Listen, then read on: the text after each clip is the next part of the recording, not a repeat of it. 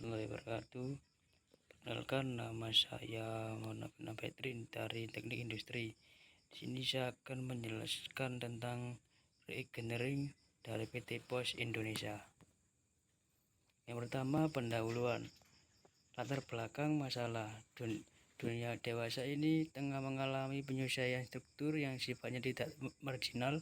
Penyesuaian struktur yang sekaligus juga merupakan suatu kecenderungan global ditandai oleh 3 kala kunci, yaitu transformasi, liberalisasi, dan privatisasi. Bahkan 3 kata kunci ini tidak lagi sekadar merupakan suatu tanda atau kecenderungan global, melainkan telah menjadi suatu hal sebelasan global.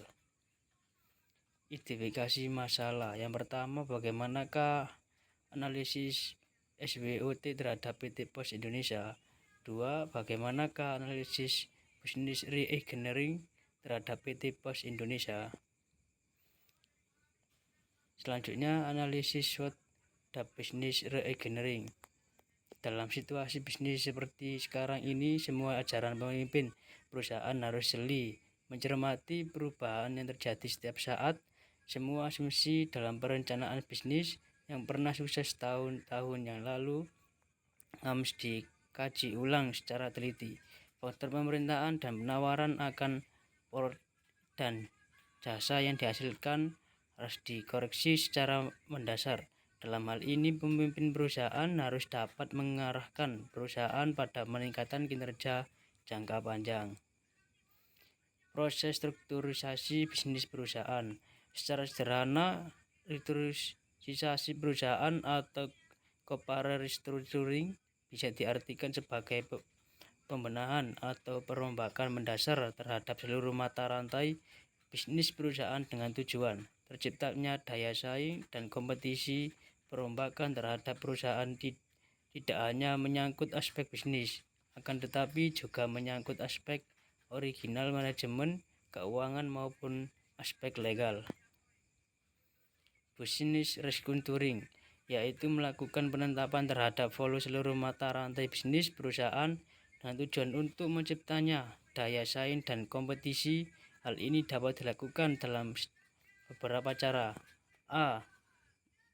Merger dan acquisition, yaitu bersatunya 2 atau lebih perusahaan baik secara operasi maupun kepemilikan agar tercipta sinergi untuk meningkatkan daya buying.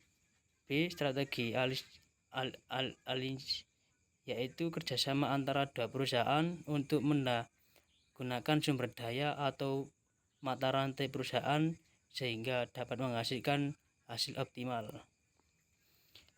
Financial restructuring. Strukturisasi keuangan adalah upaya untuk melakukan penetapan kembali terhadap proses, sistem, dan elemen dari struktur keuangan perusahaan dalam angka melakukan kinerja keuangan perusahaan. Restrukturisasi ini bisa dilakukan dengan berbagai cara, yaitu A. Convert debt to equity, yaitu upaya menyehatkan struktur keuangan perusahaan melalui perubahan status pinjaman menjadi penyertaan.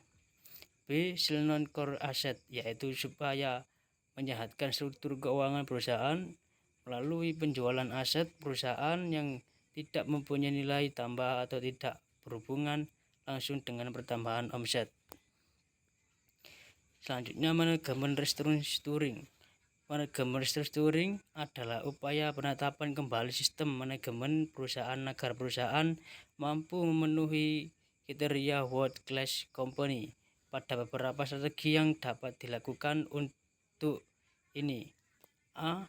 Board of Directors and CEO restructuring, yaitu perbaiki sistem manajemen perusahaan dengan cara memperbaiki kualitas pengambilan keputusan. B. Corporate culture, yaitu bagaimana meningkatkan performance perusahaan melalui perombakan kultur.